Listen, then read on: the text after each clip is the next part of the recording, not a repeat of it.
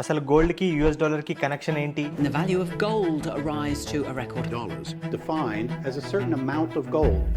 Gold's rally took a sharp turn this week. కొన్ని decades నుండి US dollar king లాగా ఉంది. ప్రతి ఒక్క కంట్రీ ట్రేడ్, ప్రతి ఒక్క barrel oil, major international transactions అంతా డాలర్స్ లోనే జరుగుతుంది. కానీ ఎందుకు? ఇయర్ 1944 వరల్డ్ వార్ 2 అయిపోయినప్పటికీ మొత్తం దునియా ఎకానమీ కొలాప్స్ అయింది. యూరోప్ మట్టి కలిసిపోయింది. జపాన్, జర్మనీ ఎకానమీ డౌన్ అయింది. కానీ ఒక్క దేశం ఇవన్నిటి తర్వాత కూడా ఇంకా పవర్ఫుల్ అయింది. అదే అమెరికా. ఆ టైంలో ప్రపంచం మొత్తంలో ఎంత బంగారం ఉందో అందులో 66% ఓన్లీ యూఎస్ఏ దగ్గర ఉండే. ఫర్ సపోజ్ ప్రపంచం మొత్తంలో 100 kgs గోల్డ్ ఉంటే అందులో 66 kgs గోల్డ్ యూఎస్ దగ్గరనే ఉంది. గోల్డ్ గురించి అన్నిటికన్నా ఇంట్రెస్టింగ్ థింగ్ ఏంటంటే ప్రపంచం మొత్తంలో ఉన్న జ్యువెలరీ, మైన్స్, టెంపుల్స్ అన్నిటిని కలిపినా గానీ 23/23/23 క్యూబ్ అవుతుంది. అంటే గోల్డ్ అనేది ఎంత లిమిటెడ్ అర్థం చేసుకోండి. So gold cannot be printed. వేరే దేశాలు ట్రేడ్ కోసం మా కరెన్సీ వాడండి అని గొడవ పడుతుండే. అమెరికా ఏం చేసింది, మీరు మీ కరెన్సీ కోసం గొడవ పడకండి, వరల్డ్ మొత్తం కోసం ఒక స్టాండర్డ్ కరెన్సీని తయారు చేద్దాం, ది యూఎస్ డాలర్. నేను అంటే అమెరికా గ్యారంటీ ఇస్తున్నా, ఏ దేశమైనా నాకు $35 ఇస్తే నేను 1 ounce గోల్డ్ ఇస్తా. Simple, dollar will be backed by